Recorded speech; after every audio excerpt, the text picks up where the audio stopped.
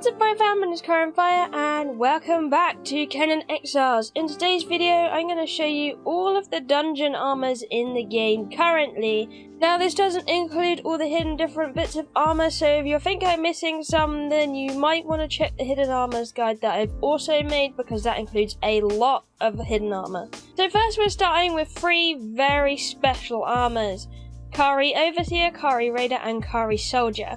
I'm going to try and make this as quick as possible, so do mind if the video is a little bit sped up or anything like that. You can always slow it down with the YouTube settings, but I have to speed through these, otherwise this video would be hours long, and we really don't want that. We just want to know where the armors are in this video. So first one we're going to is the Cellar dungeon. We will need to find this door in Set City, and pretty much it's literally by the waterside here, at the back of Conan's Tavern. You find the door, you go in, you press your select key, and you should go through the door. One big requirement for this dungeon is to have a good torch, so something like the Red Mother torch or a glowbone wouldn't hurt for this one. Also, a quick recommendation for pretty much most of the dungeons, minus the Dreggs, which is really easy to go through. You probably want a really nice setup, especially through Warmaker and this one. For me personally, I've added strength and vit armor, and I've got a few essentials, some really nice weapons, and I have a torch, a skinning knife, food to heal with, and potions, and then some repair kits if I need them. So we're going to rush through this because our armor is actually at the end of this dungeon, so everything will want to beat you up in here, so just be careful about that. But pretty much we want to go to the boss room to be able to obtain this armor, and it's kind of like a chance thing. It's you could get a weapon scroll or you could get an armor scroll, so you might have to do this a few times. So follow me, I will lead you there.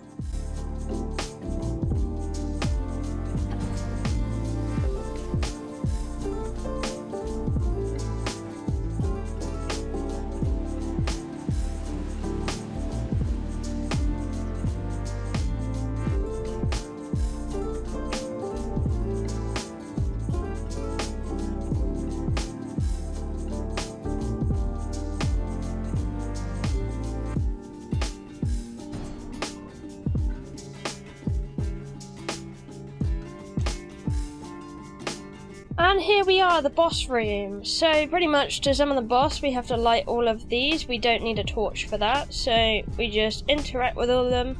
I'm going to warn you with this boss that it's not exactly ideal for solo. I mean, I have soloed it or done it with two people, but remember, if you want to do this, you have to be very prepared. And I think it's better having a duo doing this, if I'm totally honest with you, since one can distract it and one can do something else when you're at times of need. Or big groups also suffers very well for this. Also, I found bone arrows also work very well for him. He has 3 stages. In these 3 stages, this guy will summon wights, skeletons, etc. And he will also throw out beams to knock you over and shoot out poison out of his mouth, which you all need to avoid. So you can hit him off with a bow from afar, or you can get in close combat. Pretty much once you've killed this guy, he will drop some of the following stuff, including this Khari steel, which you can find all over the dungeon in little boxes.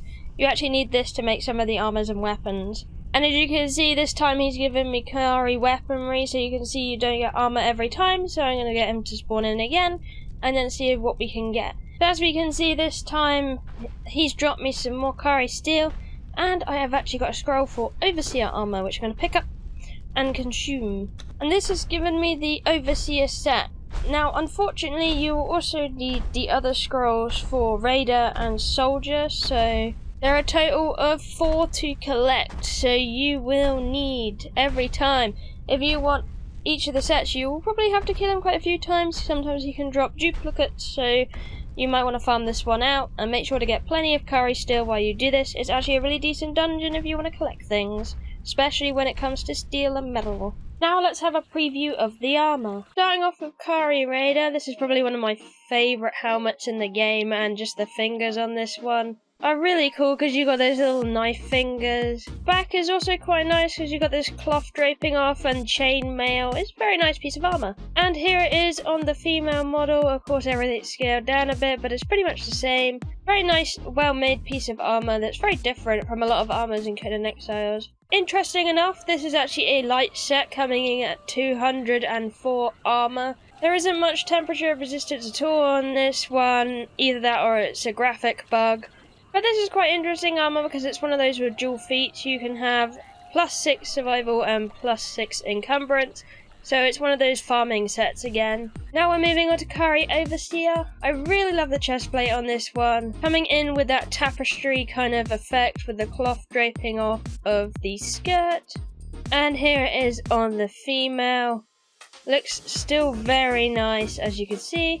And very similar to the version that it looks like on male. Now this armour is also a light set coming in at 204 armour.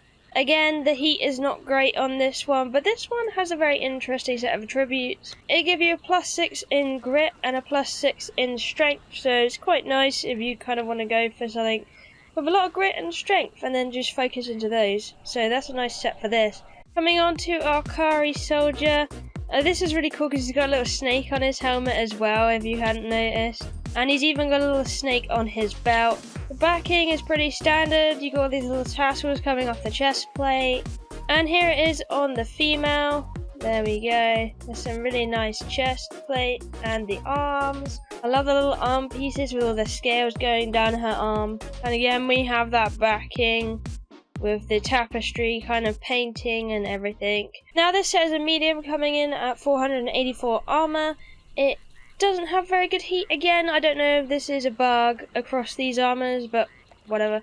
It is a legendary, and its attributes are a +6 in vit and a +6 in grit. So if you wanted to swap out the strength with the vit and you wanted a medium set of armor for a little bit more armor, this would be the one for you. Now if you want to go about making these, you actually need an improved armorer's bench, so you will need to be quite high level for this. And the crafting actually isn't too bad for this either. It just consists really of perfected linings, so that's light linings and medium linings across the board, and then it will ask for a certain amount of Khari steel.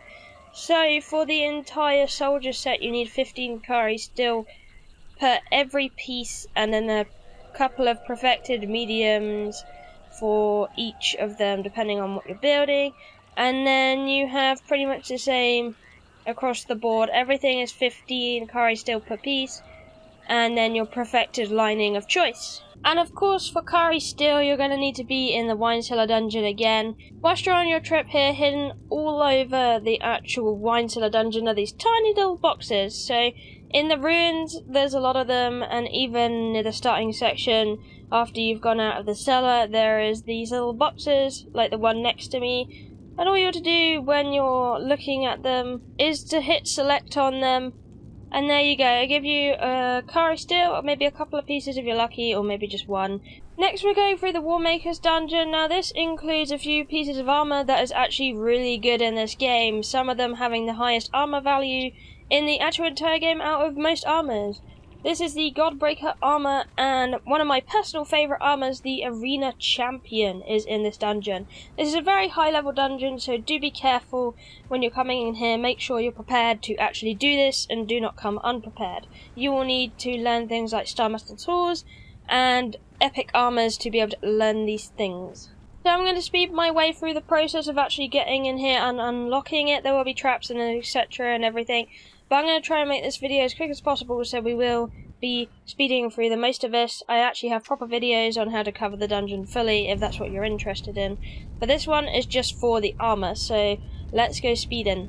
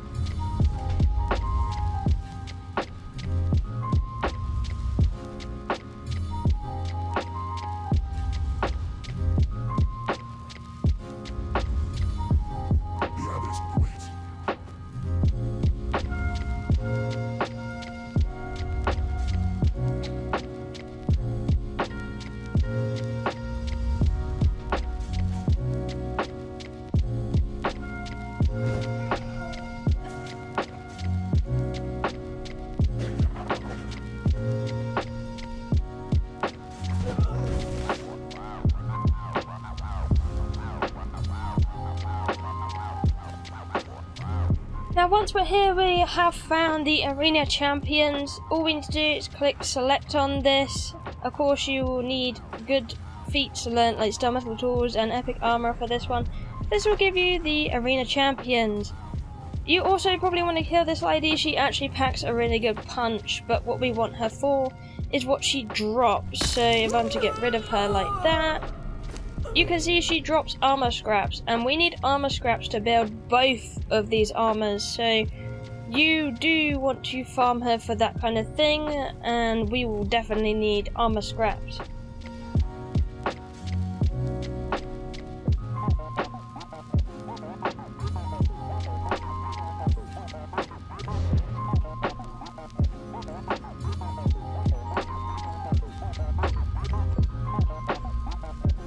And here we are, the Warmaker's Dungeon. Now this dude does pack a punch as well.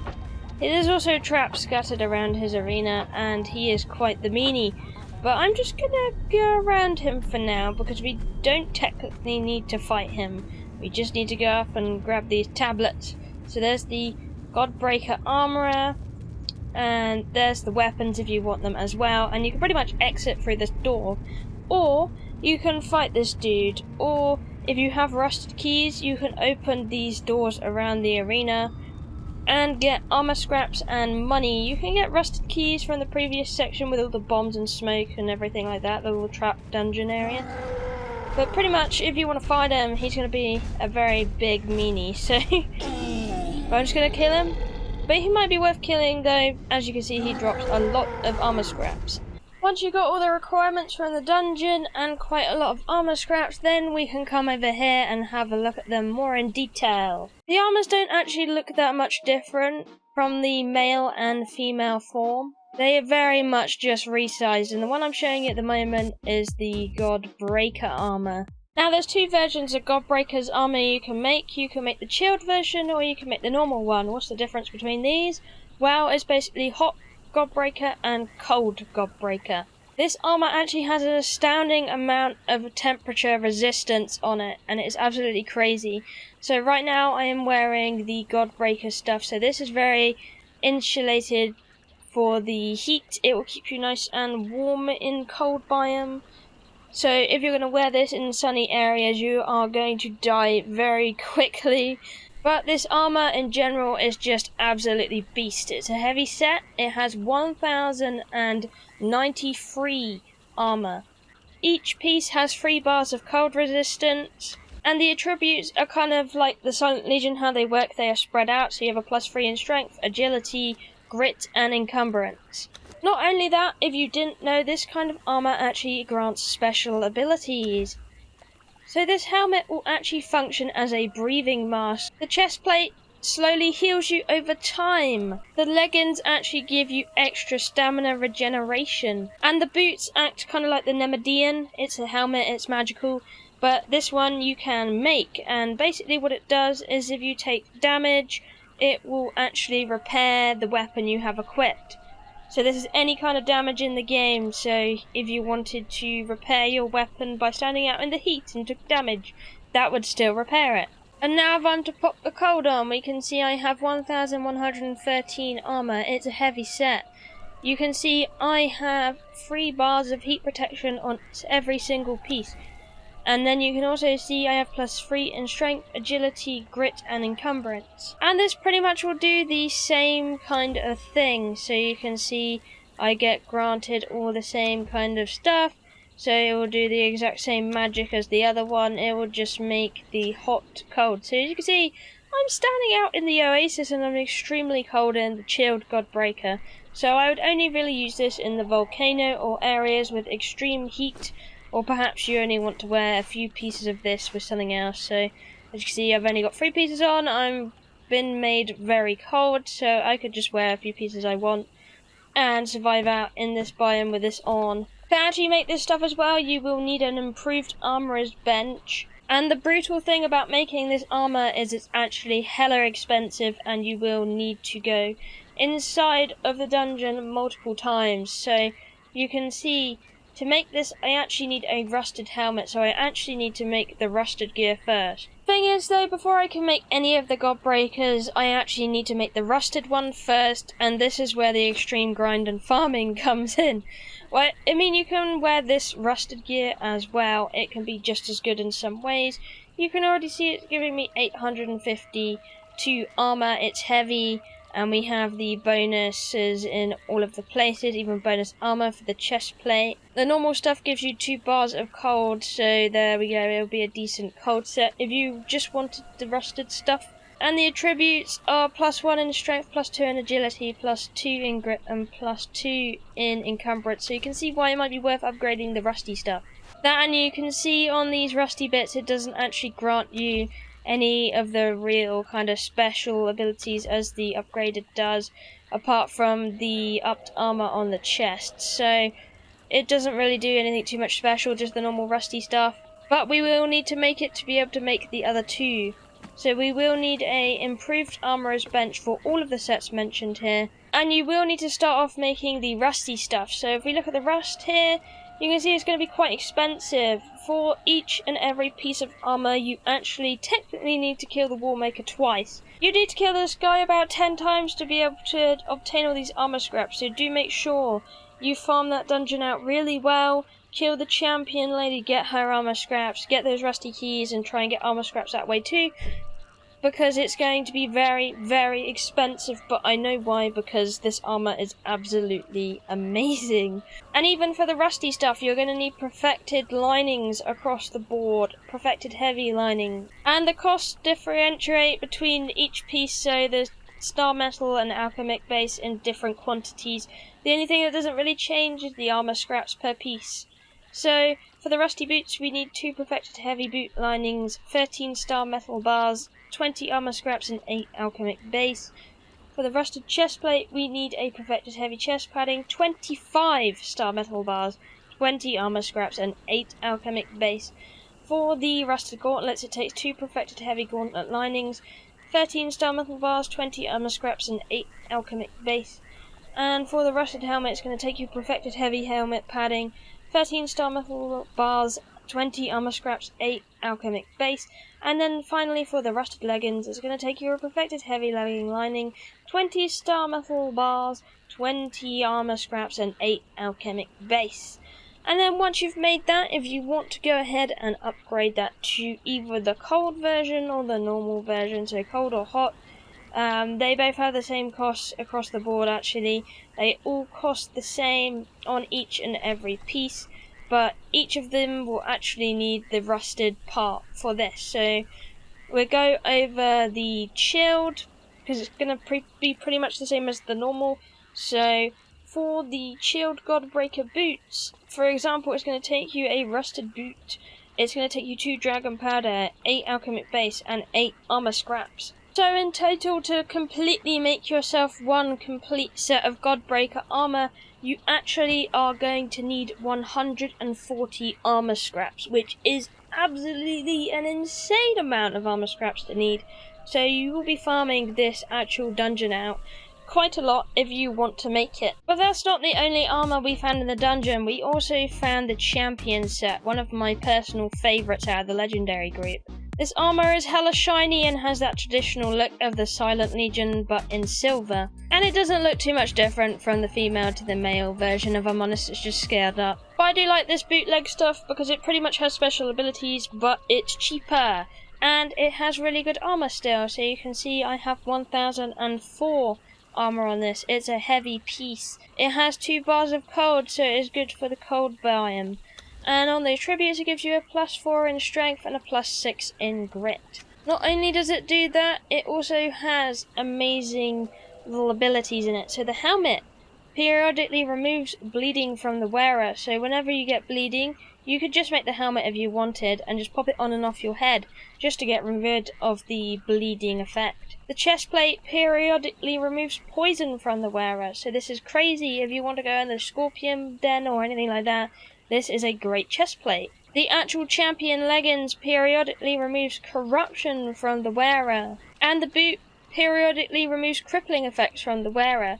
So all in all, this thing is actually really, really awesome because you just wear it everywhere and it will remove certain bits and bobs from you whilst you wear it. Not only that, it is actually a lot cheaper than the other one. It's still going to cost you 20 scraps per piece, but that is 40 scraps cheaper than to make the Godbreaker, so you decide which one's more worth it for you. But honestly, this one is more worth it for me. And pretty much across the board, it is the same kinds of costs. So for this, we actually need layered fur, and we need 15 pieces per piece on this one. And then, of course, it's going to ask you for the perfected versions of the linings in heavy for this, and then those 20 armor scraps per bit. So I really like this armor. It is easier to obtain, and by the time you've got about 100 armor scraps, you'll probably be debating whether you want one or the other. And we might as well pretty much straight go on to the Silent Legion, an old friend. Basically the same kind of armor look, but very different attributes, and it's been in the game a lot longer than the other one. For this, we need to visit our old friend Mr. King Scourge in his dungeon and go and nick his armor pieces. So we're going to start off from the frozen bridge, because sometimes it can be hard to locate in his actual castle area. So I'm doing this for you guys, and I will speed it up all the way to the top, so follow along.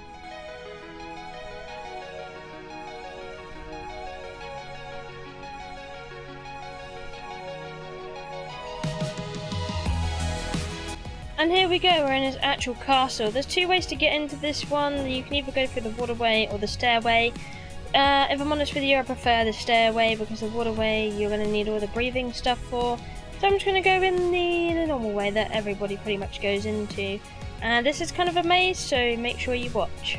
In this dungeon you will need light, and there's quite a lot of twisty turnies, and you will actually need a key to open one of the doors. So we're just going to go through it, and I'll show you where all the things you need are.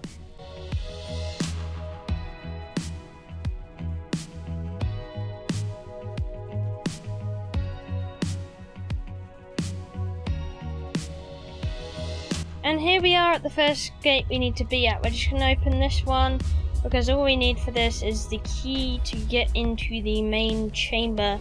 There will be skeletons that will get in your way over here though, so you can pretty much dodge them, but there will be a lot of them, so you might want to fight them. And there we go, the box for the key, so let's go and go to the front door. Once you've come out the door, you literally want to turn a straight left and go straight across through the bars, and then turn another left, and there is the boss chamber door. So now we can actually click on this one, because without the key you wouldn't have been able to do this. So now we can go up and see him. Funny enough though, with this guy you can pretty much dodge him entirely whilst you're up here, so it's not too much of a problem. You can see he's right there. As soon as you enter the door, he's going to start approaching you. But pretty much what we really want in this chamber is to go around and touch the stones, so you can avoid him completely and you do not have to fight this guy.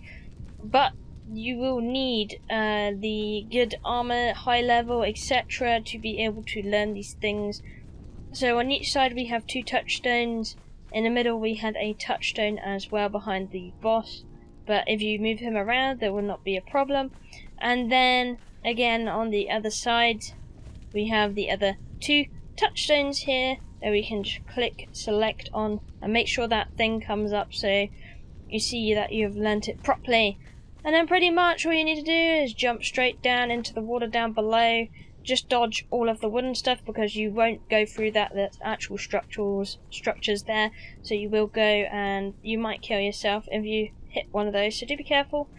The armor you get from this guy is called the Silent Legion, so you'll need Exile Epics and Star Metal tools to be able to learn these actual touchstones in the very start. And there you can see all of this stuff. You do not have to kill this guy unless you want his weapons. And for his weapons it will give you a heart, so let me just kill him. There we go, you can see he's dead. He doesn't have an inventory, but that's okay because we want to skin him. He will give us the heart of King Scourge, and that's what you need for the weapons.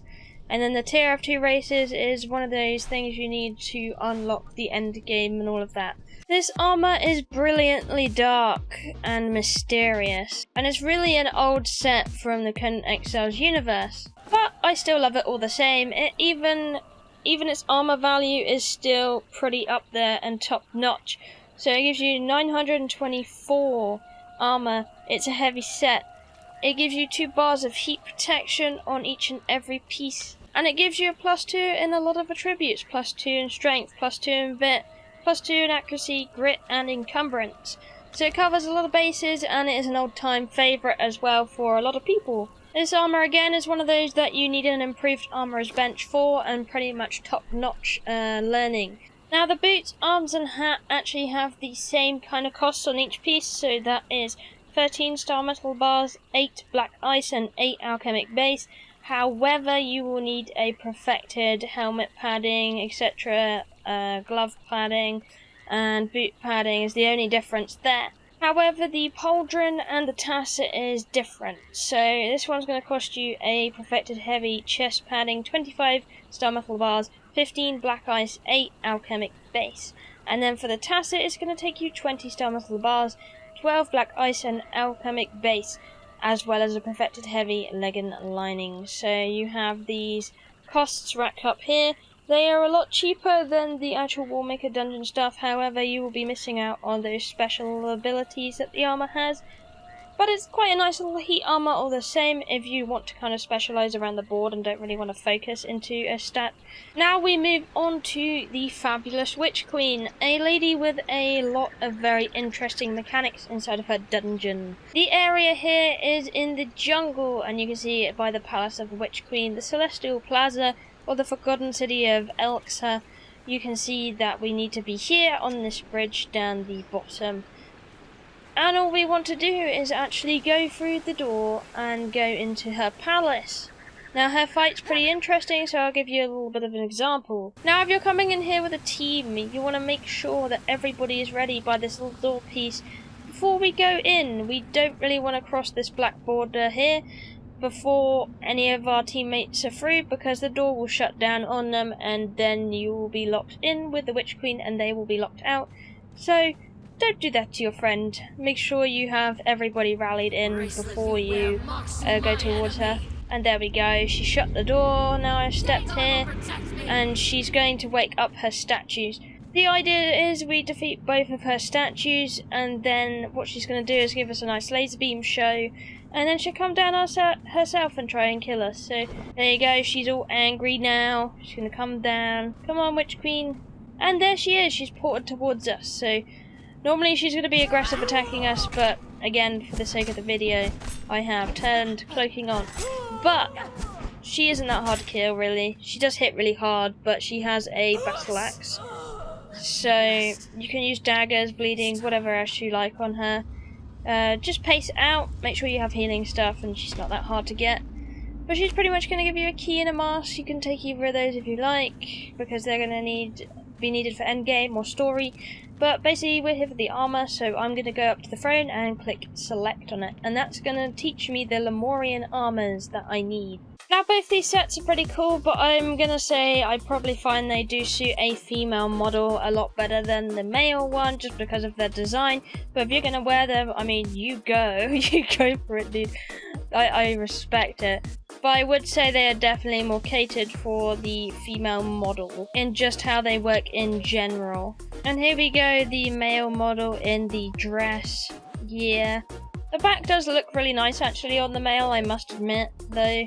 I'm just not very keen on them slippers. And there you go, you got the female in the Lemurian warrior. Now both sets are pretty respectable sets of armour. The actual Lemurian warrior, the one we're going through first, I would say is probably the more useful one out of the two. This gives you 1 bar of cold across the board on each of these pieces.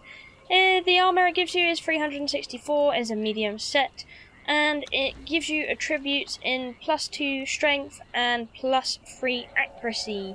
So good for a bow builder. Then onto the Lemurian Royal. I would definitely say this is more of a role player look set, but it gives you 121 armour all the same. It is a light set. It gives you +1 in cold, would you believe it or not, in this skimpy armour. And it is all bonus survival, so that's a +5 in survival. So you can either wear it for just a nice looks, or you can use it for some of the survival tributes in here. So probably the hard worker one for harvesting resources. Unfortunately though, the dungeon is not that difficult, but you still need a really high level to be able to make these things, which I really hope they change in the future, because it doesn't really make too much sense to me. And here we can see all of our nice armours here. It's going to take perfected light linings in all of the royal stuff, and a different amount of silk per piece, so we'll go through them. For the Lemurian royal braces, it's going to take you 2 perfected light gloves lining and 10 silk. For the royal gown, it's going to take you perfected light chest padding and 20 silk. For the royal jewellery, it's going to take you a light helmet padding and 10 silk. For the sarong, it's going to take you a light legging lining and 16 silk. And then for the royal slippers, it's going to take you 2 perfected light boot linings and 10 silk. And then we move on to the Lemurian warrior set. So again, we have the trend here of perfected medium linings across the board and different amounts of leather, so we're going to read through them. For the Lemurian warrior boots, it's going to take you perfected medium boot lining, 2 of those, and 10 leather. For the chest plate, it's going to take you a perfected medium chest padding and 20 leather. For the gauntlets, it's going to take you 2 perfected medium gauntlet linings and 10 leather. For the mask, it's going to take you a perfected medium helmet padding and 10 leather. And then for the warrior tasset, it's going to take you perfected medium legging lining and 16 leather. So that is all of them. A great thing about this as well is you can get an armourer called Fear that you can find at the Pagoda of Lust, which is where you go and learn the teachings of Takedo. And you can find her in a few spots. But basically, she's going to enable you to make flawless versions of these armours, so that might be worth picking up if you perhaps want a better version of the two.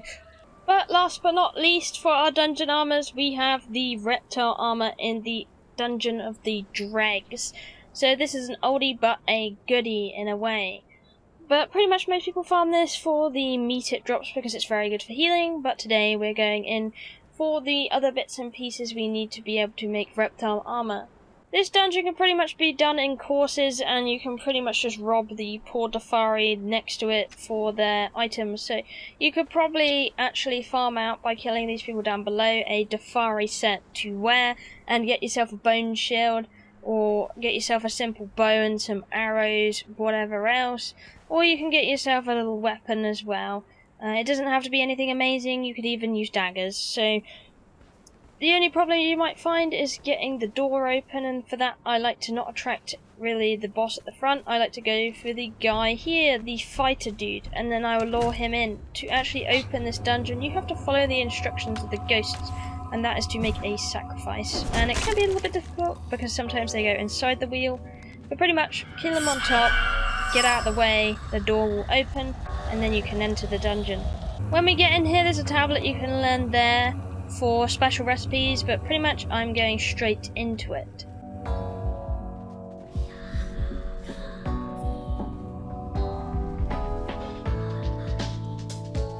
Right about now, when you come to this bit, you're going to notice that you actually cannot climb anything in this dungeon, and this is when that burn arrow I told you about earlier is going to come in very handy.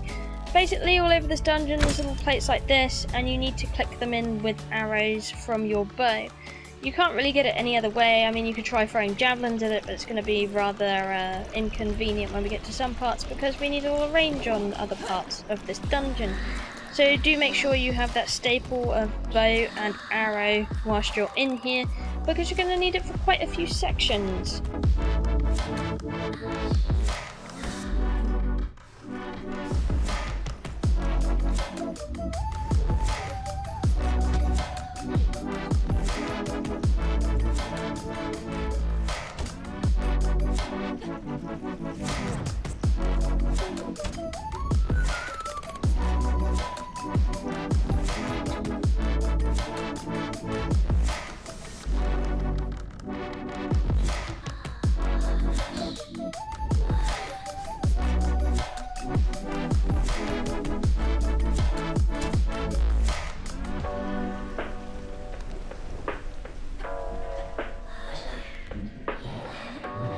In the boss chamber, you can see the Dregg is right there. Now this is where the actual shield comes in very handy, because what you want to do is kind of walk in front of the boss several times, not too close so it doesn't bite you, but close enough so it doesn't kind of bug out. But pretty much you're going to want to block its spit that it's going to throw at you, or gas attacks or anything like that. But because I haven't brought a shield with me, I'm just going to run around it until it kind of slams its way down. So here we go, this is the animation for it slamming down. And it pops out like that, and all we want to do is kill it. It does have several different attacks, really big ones of several different kinds, like splash attacks and bite attacks, so be careful with that, but pretty much we just want to kill this. Oh! That's what happens when you have quick respawns. But in the pit is pretty much a red book. We want to click E on the red book. There won't be this dreg thing like there is right now on me because I've bugged it out. But that will teach us the Reptile Armour. Also, while you're in here, you do want to farm the dead dreg.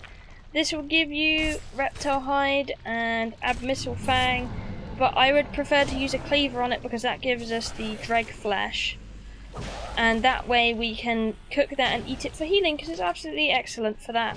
And then to exit the dungeon, we just click on the grate. The Reptile Armour is a pretty nice armour. You can rock the crocodile look. It's got a nice little ponytail on it and everything, so it's quite fancy. And it's quite a decent set as it stands. It can be made in perfected and it can be made in normal, but you can also find a rare armourer also to make the proper epic flawless version of this, so that might be worth looking into if you actually really like this armour. For the armour, it is 235 armour for the basic armour. It is a medium set. It gives 1 bar of cold protection, and the attributes are shared between Vit and Grit, so it is +2 in Vit and +3 in Grit. This is pretty much the only dungeon armour that can be made in 1, a normal armourer's bench, and 2, an improved armourer's bench, the perfected in here, the normal in here. So for the actual normal kind of reptile armour you have here, you're going to see that some of the parts only require normal reptile hide that you can get out of crocodiles and a normal lining, medium lining. And then you're going to see for some of the bigger bits like the hat and the legs and the chest, you're actually going to need these Abyssal Fangs that you can only get out of harvesting the Dreg boss. So that's 30 Abyssal Fangs for the entire set of the reptile armour altogether. However, if I wanted to wear this at a higher level, you're going to see it is now going to cost, again it's going to only cost me 30 for the entire set of Abyssal Fangs, but it's just going to cost me an additional perfected medium kind of sets for the paddings across the board. And then it's also going to cost me 30 iron bars per actual piece on this one, and 20 reptile hides also, so they're all the same cost there. And then again, this is going to change when you get epic flawless and the actual proper T4 armor that can make that. And actually, as a special edition, I have the actual Executioner's hood. This should have actually been included in the hidden armor guide, but I was an idiot and that's one I missed. So I'm including it in this one because technically it is a kind of dungeon, but kind of not. So I don't know if I could get away with that, but you know, my hands are up, I admit. I'm not perfect with these things. So here's going to be our final one, the Executioner hood. We actually go to here on the map, the Executioner's entrance, or there is actually another cave entrance on the other side we can go to. But I'm going through this one. And there's going to be a lot of spiders in here, so this is not for the squeamish of you.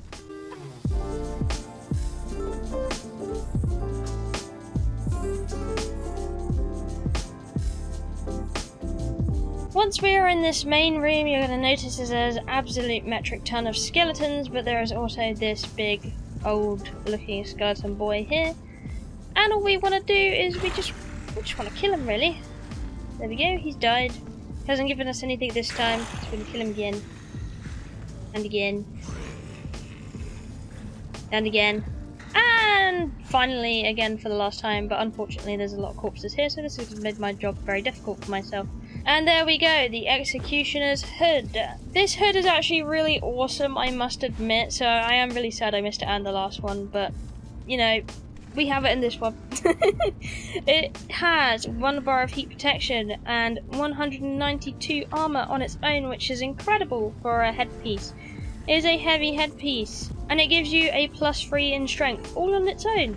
But that's all I have for today's video. Again, if you want to watch more about armour and how to get armour that's perhaps hidden throughout the exiled world, you can check out my Hidden Armours guide, and that is going to be linked in the actual captions of the video, so that's the top right of the video on the eye. Usually you can find those, and that should have the link for the Hidden Armours video there.